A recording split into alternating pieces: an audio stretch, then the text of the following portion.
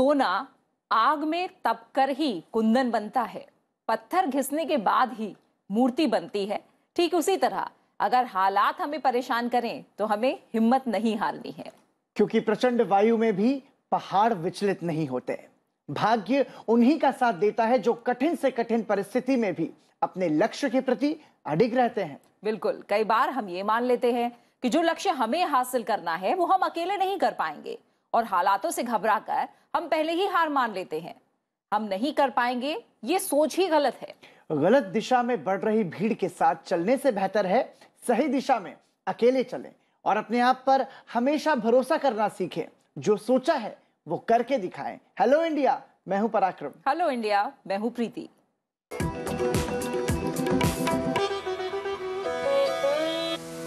और आइए शुरुआत करते हैं देश की बड़ी राष्ट्रीय सुर्खियों के साथ। देशवासियों के कठिन परिश्रम और सामूहिक भावना की जीत हुई है। 100 करोड़ कोविड रोधी टीका लगाकर भारत ने इतिहास रच दिया है। राष्ट्रपति, उपराष्ट्रपति, प्रधानमंत्री और लोकसभा अध्यक्ष ने वैज्ञानिकों, हेल्थ वर्कर्स और लोगों को बधाई दी है। दिल्ली के आरएमएल अस्पताल में दिव्यांग अरुण को 100 करोड़ भी डोज लगी।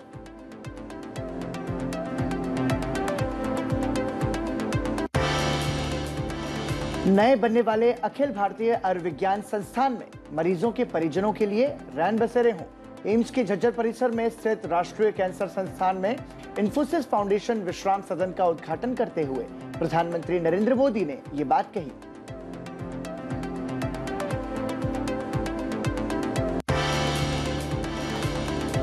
दिवाली से पहले केंद्र सरकार ने कर्मचारियों को तोहफा दिया है। महंगाई भत्ता 28 से बढ़ाकर 31% करने का फैसला लिया गया है। 1 करोड़ से अधिक कर्मचारियों और पेंशनर्स को इसका फायदा होगा। प्रधानमंत्री गतिशक्ति राष्ट्रीय मास्टर प्लान को भी मंत्रिमंडल ने मंजूरी दे दी है।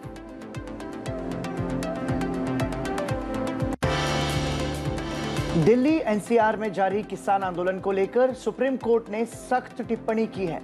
सुप्रीम कोर्ट ने कहा है कि विरोध करने का अधिकार सभी को है, लेकिन अनिश्चित काल के लिए सड़क बंद नहीं की जा सकती। लोगों को सड़क पर चलने का अधिकार है। उत्तराखंड में राहत और बचाव का काम लगातार जारी है। केंद्रीय गृह मंत्री अमित शाह ने आपदा प्रभावित इलाकों का हवाई सर्वेक्षण किया। साथ ही अधिकारियों के साथ बैठक करके ताजा स्थिति का जायजा लिया। राज्य को हर मुमकिन मदद का उन्होंने भरोसा दिया है। लोकतांत्रिक मूल्यों को बनाए रखने पर राष्ट्रपति रामनाथ कोविंद का जोर है। बिहार विधानसभा भवन के शताब्दी समारोह को संबोधित करते हुए राष्ट्रपति ने यह बात कही। सदस्यों से राज्य के विकास के लिए संकल्प लेने का आह्वान भी राष्ट्रपति रामनाथ कोविंद ने किया। भारत की 5वीं पीढ़ी के लड़ाकू विमान F-35B ने मुंबई के पास अरब सागर में British royal navy aircraft carrier HMS queen Elizabeth से उड़ान भरी। भारतीय सेना के साथ संयुक्त अभ्यास के लिए युद्धपोत भारत में हैं।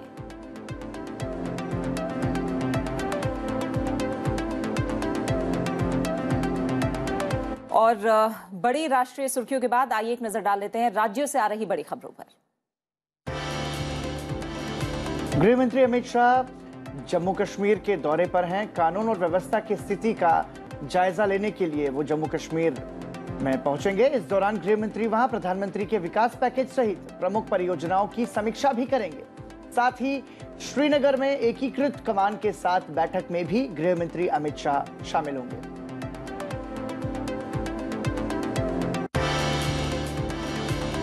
रक्षा मंत्री राजनाथ सिंह ने बेंगलुरु में कहा कि रक्षा उत्पादों के निर्यात को बढ़ावा देने और भारत को वैश्विक रक्षा आपूर्ति चेन का हिस्सा बनाने के लिए सरकार प्रयासरत है। उन्होंने कहा कि सरकार ने रक्षा सामान और सेवाओं में 35,000 करोड़ रुपए के निर्यात का लक्ष्य निर्धारित किया है।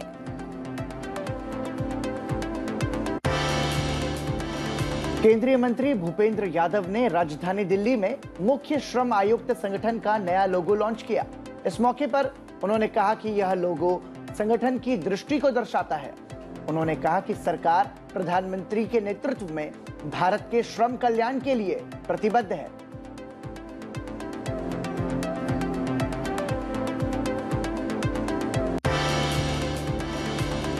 रेल राज्य मंत्री राव साहेब दानवे ने महाराष्ट्र के औरंगाबाद में रेलवे को लेकर बैठक की।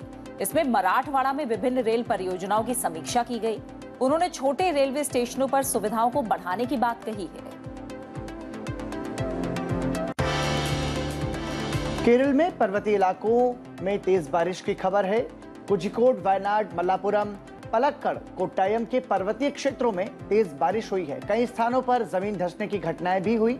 हालांकि किसी नुकसान की खबर नहीं है। मौसम विभाग ने इडुक्की, कोट्टायम और पथनमथिट्टा जिलों में तेज बारिश की संभावना जताते हुए ऑरेंज अलर्ट जारी किया है। 5 जिलों में येलो अलर्ट भी जारी किया गया है। 62वें पुलिस स्मृति दिवस पर राजधानी दिल्ली में कार्यक्रम का आयोजन किया गया। दिल्ली पुलिस कमिश्नर राकेश अस्थाना ने इस मौके पर पुलिसकर्मियों को श्रद्धांजलि दी। पुलिस स्मारक दिवस लद्दाख के हॉट स्प्रिंग इलाके में 1959 में चीन के आक्रमण की जवाबी कार्रवाई के दौरान मारे गए केंद्रीय रिजर्व पुलिस बल के 10 जवानों की याद में मनाया जाता है।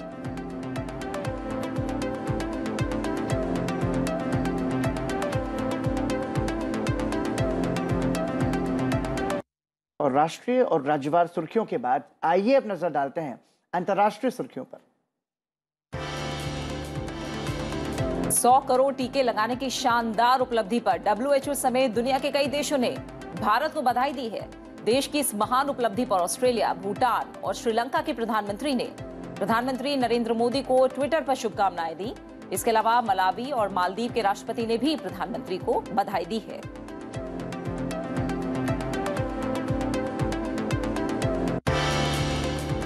ब्रिटेन की विदेश, राष्ट्रमंडल और विकास मामलों की मंत्री एलिजाबेथ ट्रस 3 दिन की भारत यात्रा पर हैं।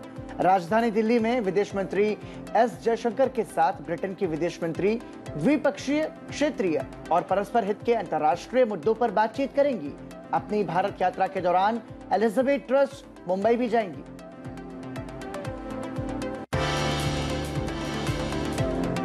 नेपाल में बारिश कहर बनकर बरसी है। भारी बारिश और बाढ़ की वजह से अब तक 88 लोगों की मौत हो चुकी है, जबकि 20 जिले बुरी तरह से प्रभावित हैं। कई लोग लापता भी बताए जा रहे हैं।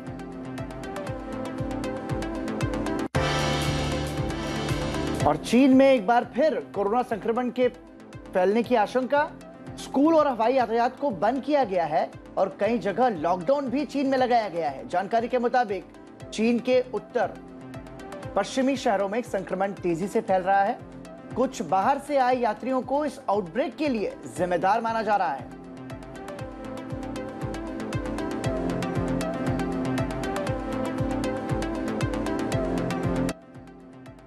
कोविड के खिलाफ चल रहे टीकाकरण अभियान में भारत ने नया कीर्तिमान हासिल कर लिया है।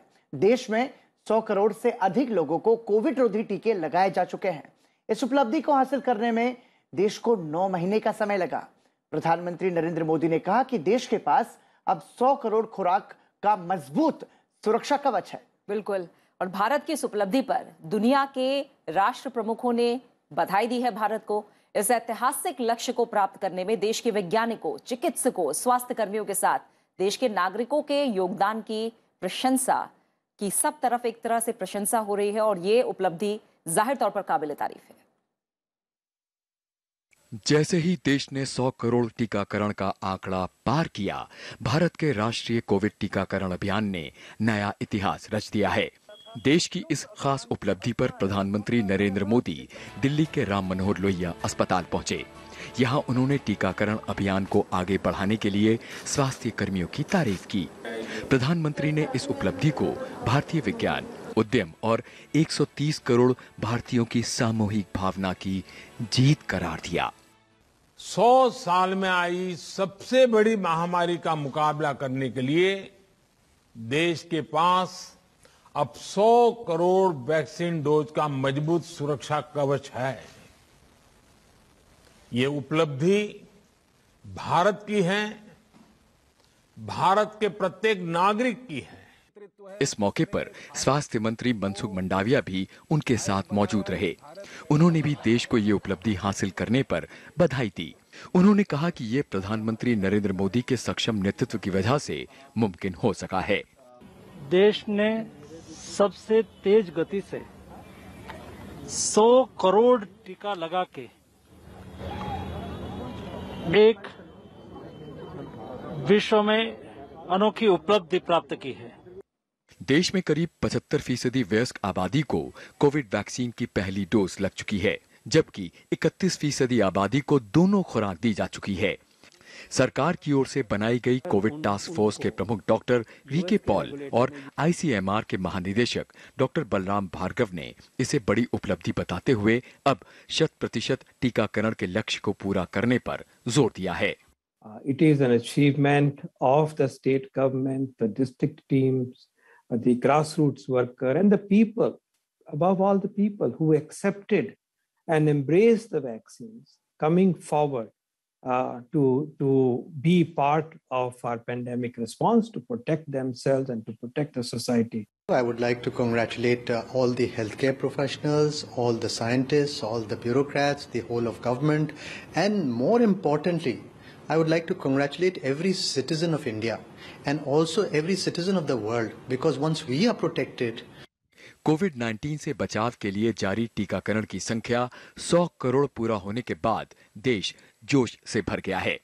कई जगहों पर कार्यक्रम आयोजित कर स्वास्थ्य क्षेत्र के पेशेवरों के प्रति आभार जताया गया। खादी से बने सबसे बड़े तिरंगे को दिल्ली के लाल किले में फहराया गया। भारतीय पुरातत्व सर्वेक्षण ने राष्ट्रीय ध्वज के रंगों में अपने 100 विरासत स्मारकों को रोशन किया है। ब्यूरो रिपोर्ट, संसद टीवी।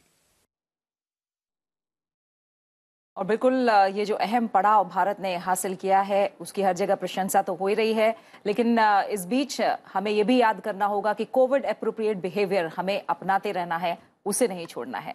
आइए अब आज की बात करते हैं। 100 करोड़ कोविड टीकाकरण के महत्वपूर्ण पड़ाव को पूरा करने के बाद प्रधानमंत्री नरेंद्र मोदी सुबह 10 बजे राष्ट्र को संबोधित करेंगे। पीएमओ ने ट्वीट करके इसकी जानकारी दी है। राष्ट्रपति रामनाथ कोविंद बिहार में आज तख्त हरमंदिर, पटना साहिब गुरुद्वारा, महावीर मंदिर और बुद्ध स्मृति पार्क जाएंगे। वहीं लोकसभा अध्यक्ष ओम बिरला कोविड और क्रिटिकल केयर पर विश्व सम्मेलन में वर्चुअली हिस्सा लेंगे।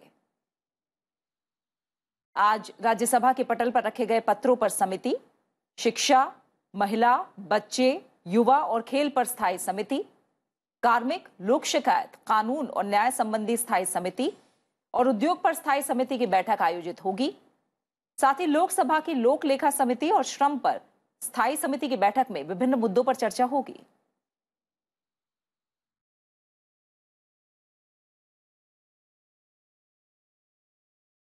और अब आगे बढ़ते हैं और प्रीति, अब मुझे लगता है कि सेहत की बात कर ली जाए। वैसे सेहत के प्रति एक जागरूकता का जो उदाहरण है वो भारत ने 100 करोड़ टीके के लक्ष्य को हासिल करके दिया है, लेकिन फिर भी स्वस्थ जीवन के लिए बहुत जरूरी है कि हम नियमित योग को अपनाएं। तो प्रीति, आज योगासन में कौन सा आसन हम बताएंगे दर्शकों को? बिल्कुल, आज हम सेहत की जब बात कर रहे हैं और आपने भी जैसे कहा कि कोविड के दौरान हमें और ज्यादा एहसास हुआ है कि सेहत का ख्याल रखना क्यों जरूरी है। और योग की जब हम बात करते हैं, कहीं ना कहीं धीरे धीरे इससे लचीलापन और रोग तो दूर होते ही हैं, पर इम्यूनिटी भी धीरे धीरे योग के साथ बढ़ती है। तो हम जितना स्वस्थ रहेंगे उतने ही आनंद से हम जीवन जिएंगे और अपनी क्षमताओं का सही उपयोग कर पाएंगे। और स्वस्थ रहने के लिए नियमित योग, चूंकि जैसा हमने बताया, बहुत जरूरी है। तो आज आपको बताते हैं भुजंगासन ये कैसे किया जाता है और उसके क्या कुछ फायदे हैं, बता रहे हैं हमारे एक्सपर्ट।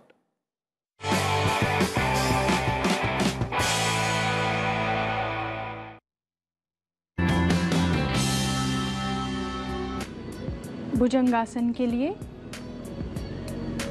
पेट के बल लेट जाएं।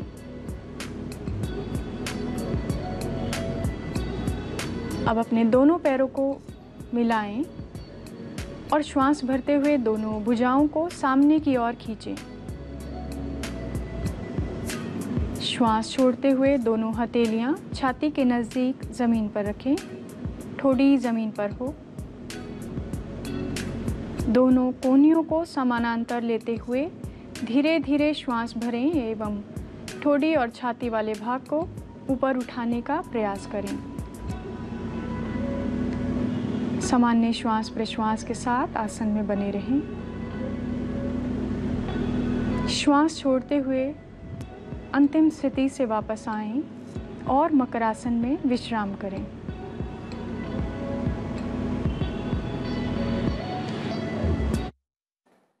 तो योग को नियमित रूप से यदि आप करेंगे तो इसके दूरगामी परिणाम भी सामने आएंगे। और प्रीति, मुझे लगता है कि जैसे होता है कि आपको नियम हम कई बार पालन नहीं कर पाते हैं, तो बहुत जरूरी है कि वो कम से कम ना टूटे, तभी उसका असर देखने को मिलेगा। बिल्कुल, और हम बार बार यही कहते हैं कि योग में आप भी पारंगत हो सकते हैं। भले ही कोई आसन आपको मुश्किल लग रहा हो, लेकिन शुरुआत कीजिए, धीरे धीरे शुरुआत करके एक दिन आपको पता भी नहीं लगेगा और आप योग में काफी आगे बढ़ जाएंगे और उसके फायदे भी आपको महसूस होंगे। और प्रीति, योग के साथ साथ मुझे लगता है कि वाटर इनटेक जो है वो भी बहुत महत्वपूर्ण भूमिका निभाता है आपकी सेहत को सुधारने में, उसको स्वस्थ रखने में, क्योंकि कहा जाता है कि कम से कम 4 लीटर पानी तो एक दिन में रोज पीना ही चाहिए। बिल्कुल, और आपने पानी की क्योंकि बात की है, तो यानी खान पान से हम इसको जोड़ेंगे। तो खाना पीना तो सेहत के लिए बहुत जरूरी है। और ये कहा भी जाता है कि एब्स, जो आजकल सबको है भी कि हमारे एब्स होने चाहिए, हमारा पेट नहीं निकला होना चाहिए, तो abs are made in kitchen, not in the gym. यानी कि किचन में, यानी हमारे खान पान से ही हमारा जो पेट है वो अंदर रह सकता है, हम स्वस्थ रह सकते हैं। तो खाना और पीना, ये तो मैं कहूंगी कि एक्सरसाइज से भी पहले ऊपरी पायदान पर आता है। बिल्कुल, क्योंकि देखिए, मोटापे की समस्या हो या फिर आपको बॉडी बिल्डिंग करनी हो, बहुत जरूरी है कि आप खान पान पर जितना कंट्रोल करेंगे उतना बेहतर आप कर पाएंगे। क्योंकि मुझे लगता है प्रीति, जो जिम में हम एक्सरसाइज करते हैं वो कहीं ना कहीं कम समय के लिए ही वो आपकी बॉडी को शेप में रखती है, लेकिन यदि आप जिम जाना छोड़ दें तो फिर से आपका जो शरीर है उसमें फैट बढ़ने लगता है। तो इसके लिए बहुत जरूरी है कि आप अपने खान पान को पर बहुत ज्यादा ध्यान दें। बिल्कुल, अपनी अपनी चॉइसेस हैं, अपनी अपनी पसंद है। कोई जिम जाकर एक्सरसाइज करना चाहता है, कोई वॉक और जॉगिंग करना चाहता है, कोई योग करना चाहता है। तो किसी भी फॉर्म में एक्सरसाइज को पार्ट बनाए, लेकिन अपने खान पान का भी ध्यान रखें। और ये तमाम बातें सेहत को लेकर हम इसलिए कह रहे हैं क्योंकि कहा भी जाता है कि सेहत जो है वो 1000 नेमत के बराबर है, और सुबह सुबह ये बातें जरूरी हैं आपसे करना भी। और आइए अब आगे बढ़ते हैं और आपको बता देते हैं संसद टीवी पर आज प्रसारित होने वाले विशेष कार्यक्रमों के बारे में।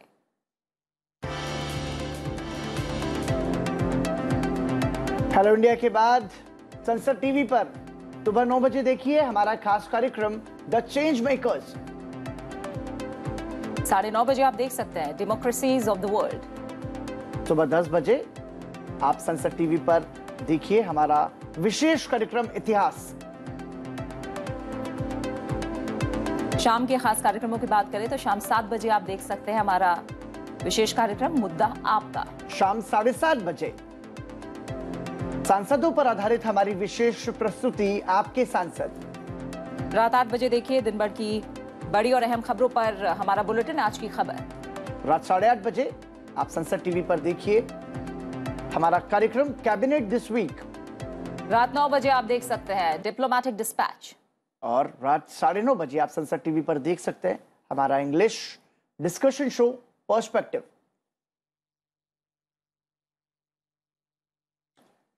और इसी के साथ हेलो इंडिया में रुक रहे हैं एक छोटे से ब्रेक के लिए। ब्रेक के उस पार जानेंगे आज का इतिहास। आप बने रहिए हमारे साथ।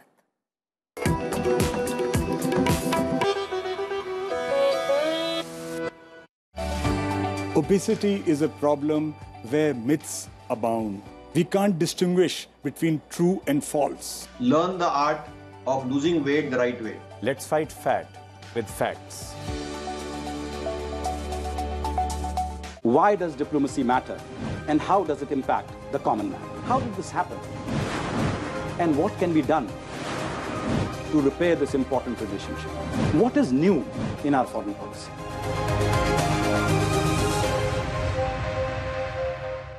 नृत्य का अटूट संबंध है मंदिरों के साथ, क्योंकि हमारा नृत्य जो है, हमारी कलाएं हैं, वो देवार्पित हैं, समर्पण भाव से होती हैं, न कि खुद को दिखाने के लिए।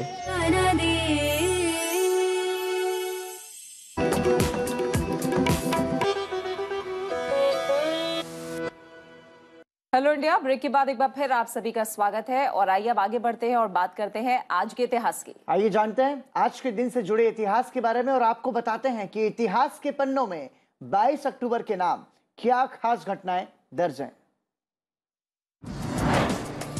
22 अक्टूबर वर्ष 1947 के दिन भारत और पाकिस्तान के बीच कश्मीर को लेकर प्रथम युद्ध की शुरुआत हुई। पाकिस्तान के कबायली घुसपैठियों ने राज्य की सीमा पार कर ली। जम्मू और कश्मीर के राजा हरि सिंह पुंछ में अपने सैनिकों द्वारा विद्रोह का सामना कर रहे थे और अपने राज्य के पश्चिमी जिलों पर नियंत्रण खो चुके थे। राजा हरि सिंह ने सहायता के लिए भारत से मदद मांगी। इस युद्ध में भारत विजयी हुआ। युद्ध में भारतीय सैनिकों ने अदम्य साहस का परिचय दिया। युद्ध में पाकिस्तान के लगभग 6000 सैनिक मारे गए और लगभग 14000 सैनिक घायल हुए। 22 अक्टूबर वर्ष 1963 के दिन तत्कालीन प्रधानमंत्री पंडित जवाहरलाल नेहरू ने भांकला नागल बांध को राष्ट्र के नाम समर्पित किया। भांकला नागल बांध हिमाचल प्रदेश के बिलासपुर जिले में सतलुज नदी पर बांध भांकला नागल परियोजना के अंतर्गत निर्मित किया गया। जब यह बांध बनकर तैयार हुआ था तो उस समय यह देश का सबसे ऊंचा बांध था। वर्तमान में यह 856 फीट ऊंचे टिहरी बांध के बाद भारत का दूसरा सबसे ऊंचा बांध है। इस बांध की ऊंचाई 740 फीट है। इस बांध का निर्माण अमेरिकी बांध निर्माता हार्वे स्लोकम के निर्देशन में किया गया। 22 अक्टूबर वर्ष 2008 के दिन भारतीय अंतरिक्ष अनुसंधान संगठन इसरो ने चंद्रयान प्रथम का प्रक्षेपण किया। इस यान को श्रीहरिकोटा के सतीश धवन अंतरिक्ष केंद्र से प्रक्षेपित किया गया। यह मिशन भारत के अंतरिक्ष कार्यक्रम के लिए एक महत्वपूर्ण कदम था। इस अभियान से भारत ने चंद्रमा का पता लगाने के लिए अपनी खुद की तकनीक पर शोध और विकास किया था। इस अभियान के अंतर्गत एक मानव रहित यान को चंद्रमा पर भेजा गया। चंद्रयान को ध्रुवीय उपग्रह प्रमोचन यान PSLV-XL द्वारा रॉकेट की सहायता से प्रक्षेपित किया गया। इस मिशन से भारत चंद्रमा पर अपना झंडा फहराने वाला चौथा देश बना।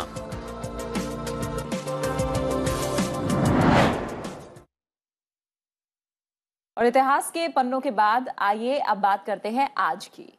आज अंतर्राष्ट्रीय हकलाहट जागरूकता दिवस है। हकलाहट एक तरह की अनैच्छिक रुकावट है। रुक रुक कर बोलना या बोलने में परेशानी होना हकलाने की श्रेणी में आता है। अंतर्राष्ट्रीय जागरूकता दिवस जो है हकलाहट को लेकर के, वो मनाने के पीछे जो मकसद है वो मकसद यही है, उन लाखों लोगों के बारे में जागरूकता बढ़ाने की कोशिश है जो हकलाते हैं या जिन्हें बोलने के समय हकलाने की समस्या होती है। इंटरनेशनल स्टटरिंग अवेयरनेस डे पर देखिए हमारी एक खास रिपोर्ट। हर साल 22 अक्टूबर को अंतर्राष्ट्रीय हकलाहट जागरूकता दिवस मनाया जाता है। ये दिन उन लाखों लोगों के बारे में जागरूकता बढ़ाने के लिए मनाया जाता है जो हकलाते हैं या जिन्हें बोलते समय हकलाने की समस्या होती है। हकलाना एक तरह का वाक विकार है या यूं कहें कि एक प्रकार की अनैच्छिक रुकावट है। जब लोग बोलते समय अटक जाएं या किसी शब्द के उच्चारण में परेशानी आए या किसी शब्द को बार बार बोलना या बोल नहीं पाना, इसे हकलाना कहते हैं। हकलाहट के कई कारण हो सकते हैं, जैसे बोलने के अंगों की मांसपेशियों को नियंत्रित करने में असमर्थ होना, बोलने के अंगों में बाधा पहुंचना, बचपन से अविकसित मस्तिष्क, सिर में चोट, डर या शौक या आनुवांशिक कारण भी हकलाने की वजह हो सकते हैं। कई बार इंसान बोलते समय हकलाने पर असहज महसूस करता है। लोगों को उनका मजाक भी बनाते हुए देखा जाता है। इससे वह इंसान भावनात्मक रूप से मायूस महसूस करता है। हर दिन हकलाहट से ग्रसित लोगों को शर्मिंदगी का सामना करना पड़ता है। बोलने के इस विकार में ये स्पष्ट रूप से पता नहीं चल पाता कि व्यक्ति क्या कहना चाहता है। अंतर्राष्ट्रीय हकलाहट जागरूकता दिवस सबसे पहले 1998 में नामित किया गया था। जागरूकता अभियान के रूप में इसे मनाने का फैसला लिया गया था। इसे सामाजिक चिंता मानते हुए अंतर्राष्ट्रीय स्तर पर उठाने का फैसला लिया गया। ये अंतर्राष्ट्रीय stuttering association, international fluency association और European league of stuttering association के तत्वावधान में शुरू किया गया अभियान है।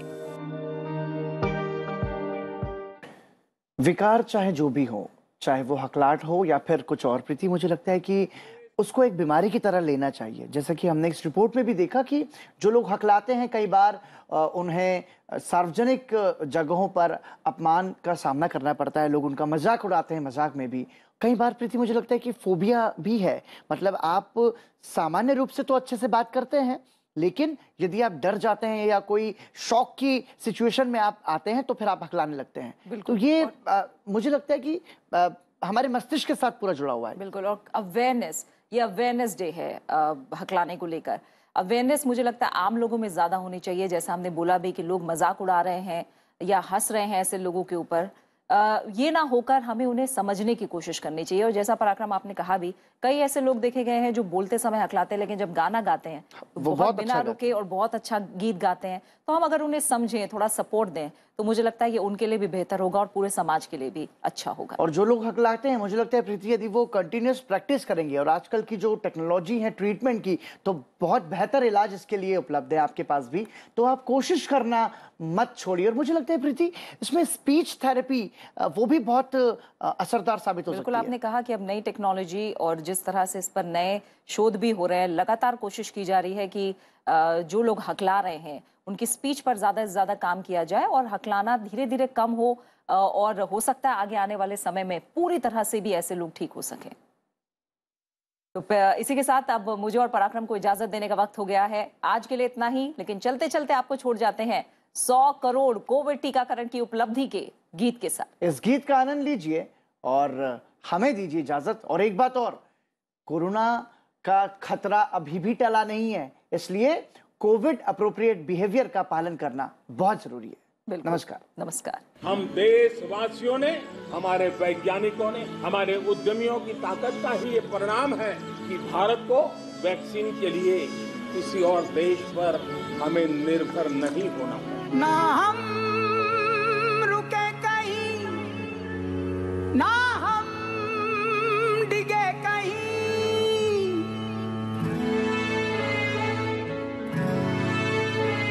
ना हम रुके कहीं, ना हम डिगे कहीं, शत्रु हो कोई भी हम झुके नहीं। दुश्मन के शस्त्र जो हो हजार, शतकोटि कवच से हम तैयार। मेरे भारत का ये विश्वास है, सबका साथ सबका प्रयास है। भारत का टीकाकरण लिख रहा एक नया इतिहास है। शतकोटि गर्व एहसास है, ये एक नया इतिहास है, इतिहास है।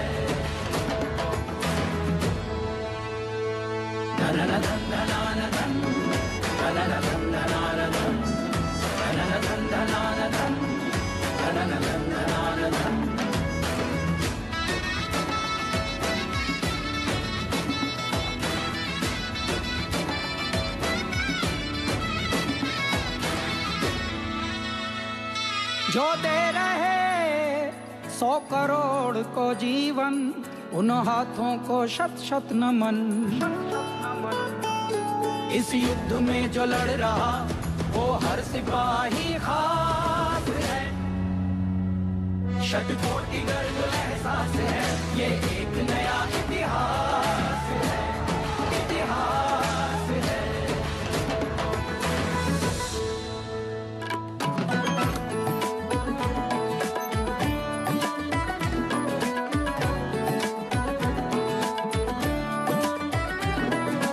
रणभूमि के सारथी पर मेरे देश को विश्वास है। सबका साथ सबका प्रयास है। भारत का टीकाकरण लिख रहा एक नया इतिहास है। शतकोटि गर्व एहसास है, ये एक नया इतिहास है, इतिहास है। शतकोटि गर्व एहसास है, ये एक नया इतिहास है, इतिहास है।